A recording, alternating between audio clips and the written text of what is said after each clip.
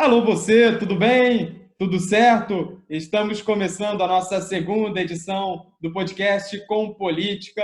Aqui você tem, é claro, os detalhes, a melhor análise sobre o cenário político do Brasil e a gente debate, a gente traz para você os temas, esmiuça os temas para você chegar à sua opinião. Eu sou Vitor Dávila, hoje eu estou aqui na função que é do Thiago Henrique, que infelizmente não pôde estar presente no programa de hoje. Ele segue normalmente nas redes sociais, ele estará conosco na segunda-feira que vem, mas hoje, excepcionalmente, eu aqui com vocês no posto de mediador. Aqui na tela temos nossos debatedores, Bernardo Pimentel e Marcos Zenaide. Bernardo, jornalista de Belo Horizonte, Marcos Zenaide, administrador de empresas, que ele é carioca, mas está morando em São Paulo. Eu começo cumprimentando o Bernardo. Como vai, Bernardo? Tudo bem?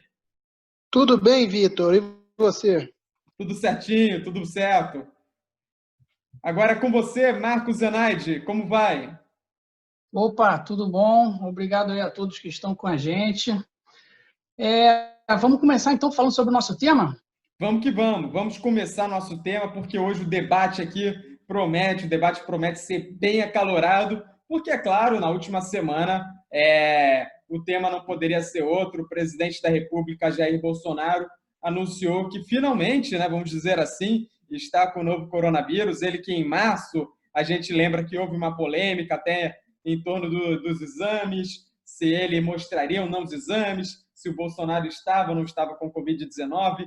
Depois daquela viagem a Miami, quando a comitiva inteira dessa viagem oficial praticamente foi diagnosticada com a Covid-19, aí o Bolsonaro lá afirmou que não estava, mas agora o Bolsonaro diz que está com a Covid-19 e, como não poderia ser diferente, fazendo tratamento com a polêmica cloroquina. E aí, Marcos, o que você acha disso? O Bolsonaro está com a Covid ou não está? Bem, ele fala que está com a Covid, eu acredito que sim, né? Não vejo motivo para inventar uma coisa dessas. Acho que seria facilmente descoberto uma mentira como essa, um risco desnecessário. Mas mais interessante do que isso, se ele está ou se ele não está, é saber se a forma como ele está agindo, divulgando o seu tratamento, seria muito recomendável ou não, né? Então, o que a gente pode falar sobre a cloroquina, sobre a hidroxicloroquina, que na verdade é a versão menos tóxica do medicamento e mais recomendada? O que a gente pode falar sobre o conhecimento atual que a gente tem sobre esse medicamento? Apesar de muita gente estar divulgando que não funciona, que comprovadamente não funciona, que a OMS suspendeu estudos, a gente precisa olhar com calma, não só olhar para as manchetes, tentar entender o que está escrito ali, o que foi realmente divulgado. O que sabemos sobre esse remédio? Primeiro, eu gostaria de falar também que acredito que em poucos meses vamos ter uma resposta mais definitiva sobre a eficácia desse medicamento, porque vários estudos estão em andamento nos Estados Unidos e no Brasil e em diversos outros países, e acho que um veredito está para sair nos próximos meses, porque o estudo do mais alto padrão científico, que é um estudo randomizado, duplo cego, controlado, prospectivo. O que isso quer dizer? Um estudo duplo cego quer dizer um estudo onde o paciente não sabe o que ele está tomando e o pesquisador que está analisando também não sabe se ele tomou qual foi o medicamento, se foi o placebo, se foi o medicamento X ou se tiver mais. Ele sabe que um tomou um medicamento X, outro tomou o Y, mas ele não sabe qual é o qual. Isso já causa um maior grau de segurança na pesquisa. Um estudo randomizado, as pessoas são aleatoriamente escolhidas. Um estudo prospectivo, que vê os pacientes do momento atual para frente, não só retrospectivo. Isso seria o padrão mais alto que a gente espera conseguir nos próximos meses no estudo com a cloroquina, com a hidroxicloroquina. Mas, no momento, não temos esse estudo. Mas não quer dizer que não temos outros estudos científicos sobre esse medicamento. Na verdade, é um medicamento já usado há mais de 70 anos pelo mundo. para outras doenças, é claro, e outras doenças com doses menores, mas que tem mostrado algum potencial contra o coronavírus em estados iniciais da doença. Eu gostaria de trazer um exemplo aqui de como que a mídia vem manipulando, eu acredito, essas informações. Tem uma matéria aqui do Jornal Extra, que, se tiverem interesse, eu posso compartilhar, onde ele cita uma dirigente da OMS, uma médica dirigente, e a manchete já cita aqui: o tratamento para hidroxicloroquina em pacientes hospitalizados foi comprovado que não funciona. Isso fala na manchete, isso fala nos primeiros parágrafos, não fala mais nada. Você ouve isso, você lê isso, o que você pensa? A gente pensa que a hidroxicloroquina não serve, está totalmente descartada. Seria talvez a conclusão, né, mais próxima. É mais ou menos isso, não é, Marcos? Exatamente. Quando você lê uma matéria como essa, você entende que está sacramentado que esse medicamento não presta e só uma pessoa idiota poderia querer fazer o uso desse medicamento. Aí o que você precisa fazer? Você precisa entrar, digitar o nome da médica da OMS na internet, ir atrás da fonte da entrevista oficial, dos dados primários. Quando você lê essa entrevista, você vê que ela fala realmente isso. Ela fala que os pacientes hospitalizados está provado que não tem eficácia comprovada. Mas aí você tem que prestar atenção na palavra hospitalizados. Isso já indica que está falando de um estado avançado da doença. Logo em seguida, na mesma entrevista, a mesma médica fala: ainda não temos a certeza quanto a tratamentos em estados iniciais e mesmo preventivos. A mesma pessoa fala isso. Agora, isso não é compartilhado no jornal brasileiro que divulgou a matéria. Ele divulgou a parte que atendia talvez a agenda. Não tenho certeza se esse é o objetivo, mas isso é o que é o resultado. Como nós já acabamos de falar aqui, quando a gente lê essa notícia, a gente pensa: está sacramentado, esse remédio não funciona. E a verdade é um pouco mais complicado do que isso. A verdade é que, no momento, não sabemos se ele pode ser benéfico no início dos sintomas ou não. Ele mostrou em diversos estudos que funciona em vitro e em vivo em animais, mas não em seres humanos, não no mais alto padrão da ciência. Contudo, acredito que nos próximos meses teremos uma resposta definitiva. Olha aí os argumentos do Marcos. Só para concluir, Marcos, contra ou a favor da cloroquina, para a gente colocar um fogo a mais aqui no nosso debate? Poxa, eu odeio ficar em cima do muro, mas eu não sou médico, eu não posso dizer que eu sou contra ou a favor. Eu diria que eu sou a favor de um tratamento recomendado e acompanhado por profissionais da medicina. Beleza, esses foram os argumentos do Marcos Zenaide acerca da cloroquina e com esse gancho do presidente com essa doença, né? O Bernardo já levantou o dedo, acho que o Bernardo tem alguma discordância com você, Marcos. Fala aí, Bernardo. Não, discordância não, mas é para falar mais da relação do Bolsonaro com a cloroquina, que já vem desde março, né? Bolsonaro sempre foi ligado à cloroquina, né? Ele sempre falou da cloroquina como se fosse a solução dos problemas, né? Inclusive, metade, assim, grande parte da população sempre ouviu o que ouve o presidente, ficou mais tranquila, né, em relação à pandemia, né, quando o Bolsonaro começou a falar da cloroquina, né. Inclusive, esse é um dos fatores que ele vivia andando sem máscara, né, sem medo, né, de pegar a doença. E o Bolsonaro, na verdade, ele nunca preocupou muito com o coronavírus, né. Ele sempre teve um discurso mais relaxado, de falar que era uma gripezinha, que não era um vírus tão, né, destrutivo, principalmente no início, que morria pouca gente, né? Ele era muito tranquilo, né? E aí depois ele começou a falar da cloroquina, que o povo podia começar a sair para a rua, que podia abrir o comércio, que quem pegasse podia tratar com cloroquina. Então, isso é uma coisa que ele falou. Agora que ele pegou a doença, eu imagino que ele vai querer mostrar, né, que o tratamento da cloroquina é o tratamento ideal, né? Então agora é a vez dele, né, de mostrar. Vamos ver como que vai, né, suceder. É difícil a gente avaliar, né, realmente se aconteceu, se não aconteceu. Essa parte médica é complicado a gente falar, mas com certeza é o momento dele agora, né, de falar sobre a cloroquina. Agora, embarcando nessa onda que o Bernardo falou, vou fazer a mesma pergunta para vocês dois. Como o Bernardo falou, primeiro o Marcos fala, depois o Bernardo responde a pergunta. É o seguinte, o Bolsonaro, como vocês vêm falando, sempre foi um defensor assíduo da cloroquina, sempre defendeu o uso do medicamento, ponto.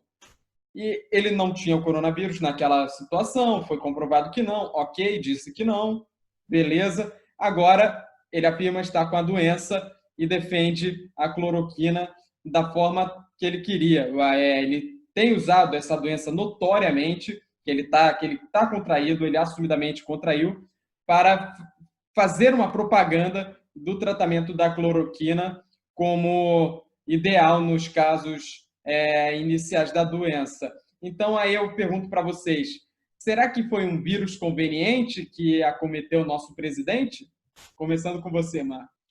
Não sei se é conveniente para ele, não tem como afirmar, mas o que eu posso dizer é que a forma como ele está tratando, divulgando o seu tratamento, é sim questionável. Veja bem, eu acredito que isso é uma faca de dois gumes você falar que você está tomando o medicamento. Ou você simplesmente não falar como fez o ex-secretário da Saúde de São Paulo, Davi Wip. Ele foi diagnosticado.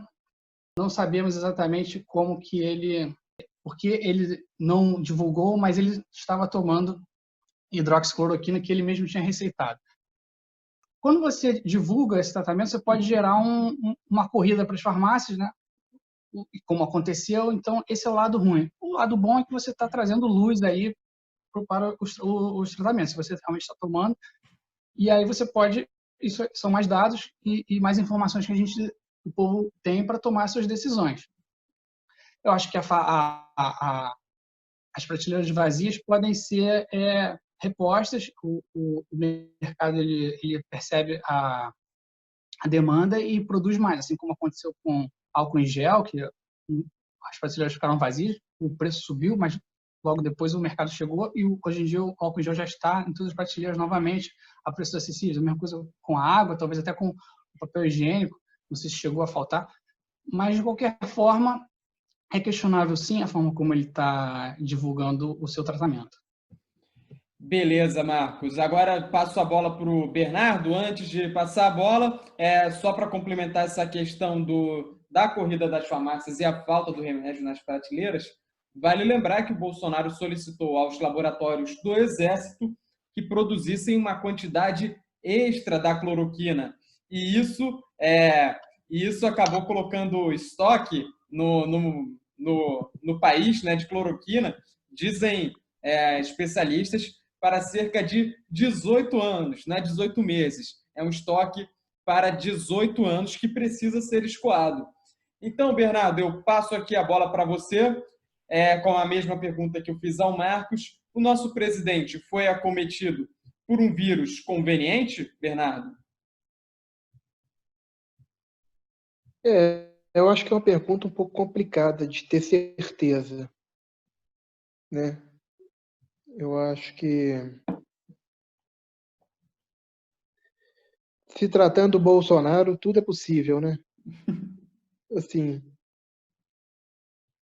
mas eu acredito que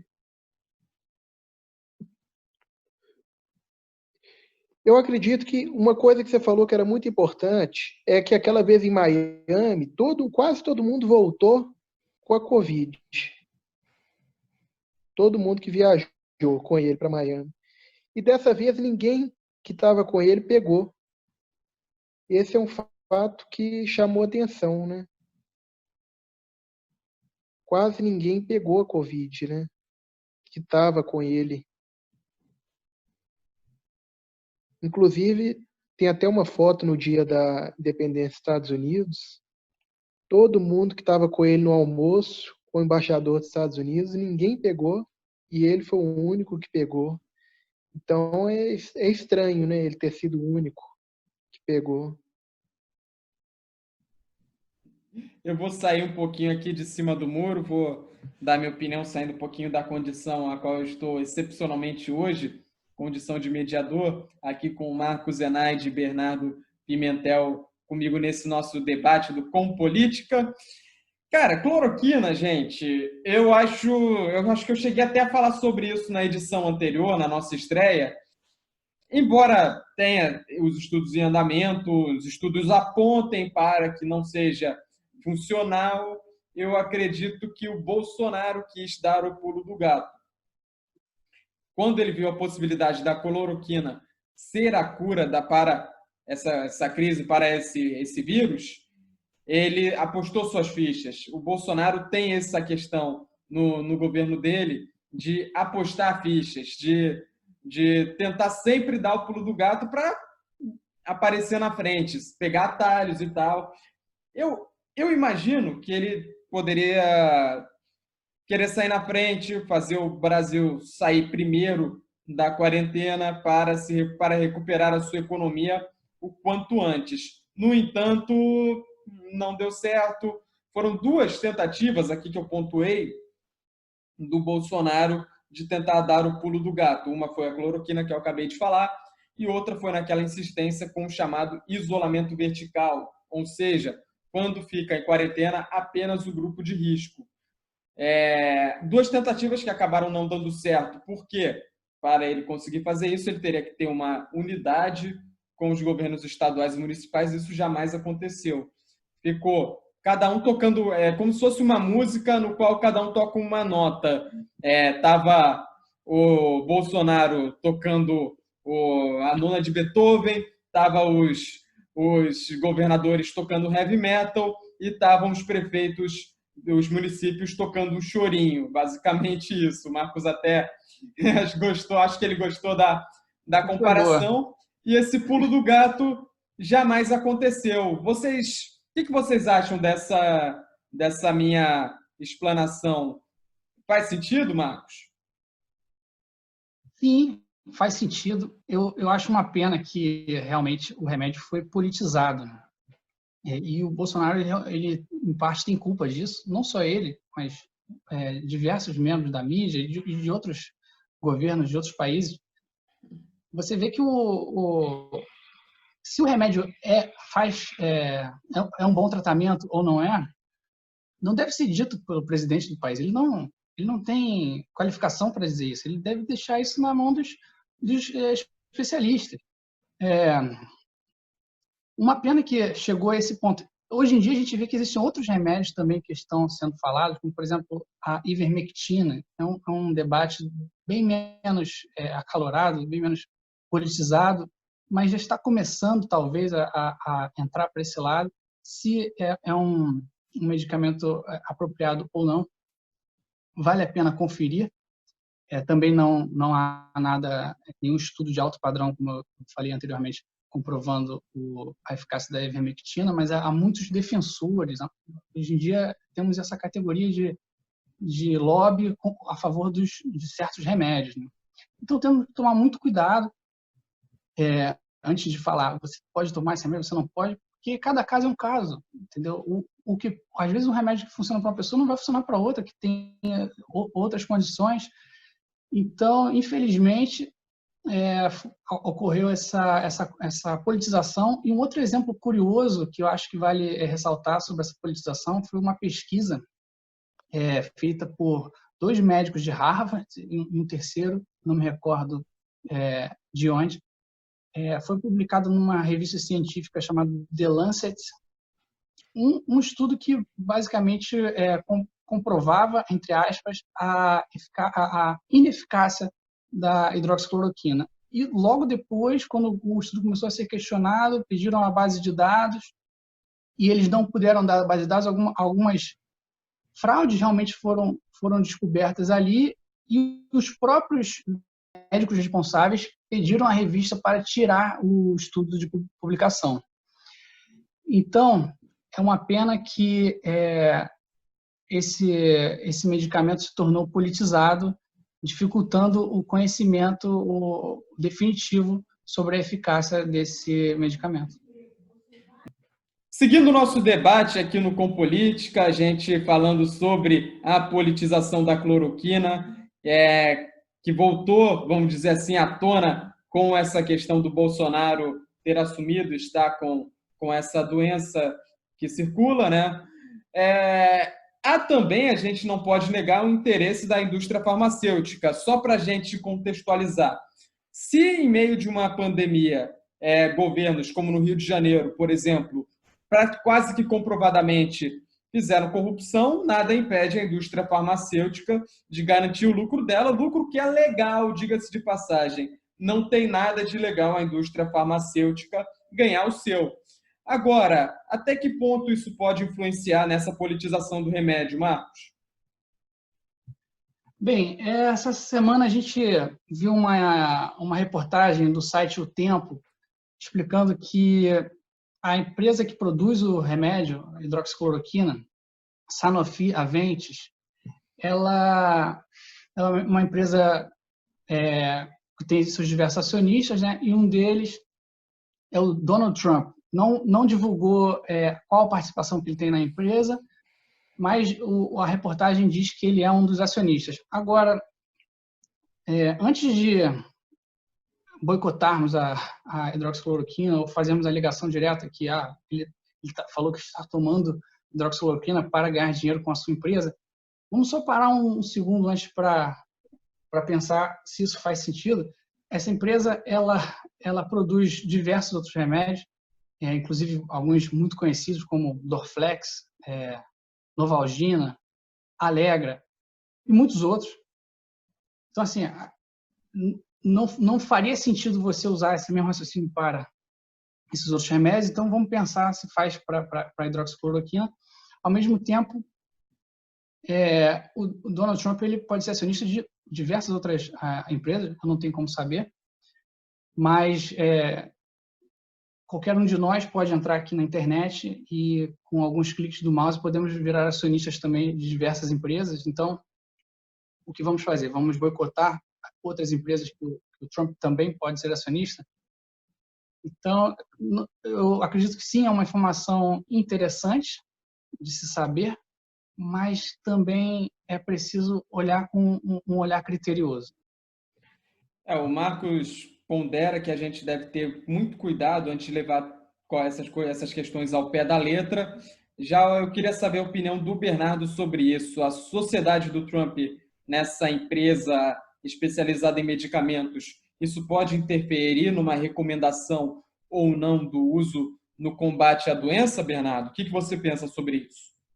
Eu penso que realmente o Trump pode ter um dos sócios dessa empresa, como ele é sócio de milhões de empresas, né? O Trump tem milhões de empresas em seu nome, então realmente ele pode ter mais essa sociedade. Eu acho que muita gente pode estar indo na onda por ser do Trump ou não ser do Trump. A gente sabe que tem muita gente aqui no Brasil que gosta dele, né? Até muitos que gostam do Bolsonaro e gostam do Trump. Naquele almoço que teve no dia 4 de julho, dia da independência dos Estados Unidos, a gente tinha representantes do Trump no almoço. Pode ter a ver, né? Algum aliado, né? Possa ter a ver para discutir algum assunto a respeito. Mas é um remédio que, além disso, né? Independentemente disso, né? Não vai ser por isso que vai ser usado, né? É maior que isso, né? Independentemente de quem é sócio, o efeito não vai mudar, né? Independente de quem é sócio. Então, não vai ter essa alteração toda, mas pode interferir um pouco, sim, na dinâmica, né, do uso. Ok, pessoal, a gente está se aproximando do final do Com Política, segundo episódio do podcast Com Política. Siga a gente nas nossas redes, é tudo @compolítica. Esse episódio está disponível já aqui no Spotify, no YouTube, na plataforma onde você preferir acompanhar a gente, por vídeo, por áudio. Siga a gente, compartilhe com seus amigos. Vamos nos despedir dos nossos debatedores. Marcos, obrigado pela sua participação. Muito obrigado, Zé Vitor. Muito obrigado, Bernardo. E a todos que estão nos ouvindo. Até a próxima. Bernardo, valeu! Valeu demais, Zé Vitor, Marcos, tudo de bom para nós e até a próxima. Não se esqueça, semana que vem a gente volta com outro debate, sempre trazendo um tema que está em voga no universo da política, é lógico. Afinal de contas, com política é que a gente se vive, né? Não tem como viver sem política. Gostaram do trocadilho com o nosso nome do nosso programa? Sempre com um debate leve, um debate descontraído, mas quando a gente discordar, aí que vai pegar fogo, que é quando você gosta, beleza? Ficamos por aqui. Conte com a gente para formar sua opinião, para deixar você bem informado. Tchau, tchau!